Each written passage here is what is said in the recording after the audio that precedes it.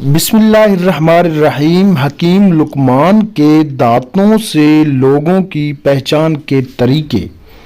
جس کے دانت میں فاصلہ ہوں تو سمجھ جائیے ایسے لوگوں کی قسمت کبھی خراب نہیں ہوتی، دولت شہرت ان کے حصے میں آتی ہے۔ جس کے دانت ٹیڑھے ہوں تو سمجھ جائیے ایسے لوگ عقل کے بھی ٹیڑھے ہوتے ہیں، ایسے لوگوں کے ذہین انتہائی ناقص ہوتے ہیں۔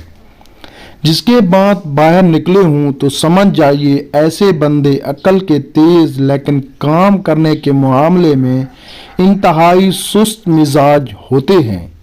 جس کے دانتوں میں کیڑا لگا ہو تو سمجھ جائیے ایسے بندے بدکاریوں میں ہر وقت گھرے رہتے ہیں، بدکاری ان کے حصے میں آتے ہیں۔ جس کے دانت چونچ والے ہوں ایسے بندے بہادر اور ہر قسم کے خوف سے عاری ہوتے ہیں۔ جس کے دانت چھوٹے چھوٹے ہوتے ہیں ایسے بندے کاہل ہوتے ہیں، کبھی خود کام نہیں کرتے، کام دوسروں سے کروانے کے عادی ہوتے ہیں۔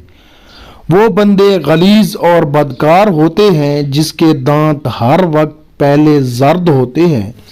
جو لوگ دانت صاف نہیں کرتے ہیں وہ گندے کاموں میں زیادہ ڈوبے ہوتے ہیں۔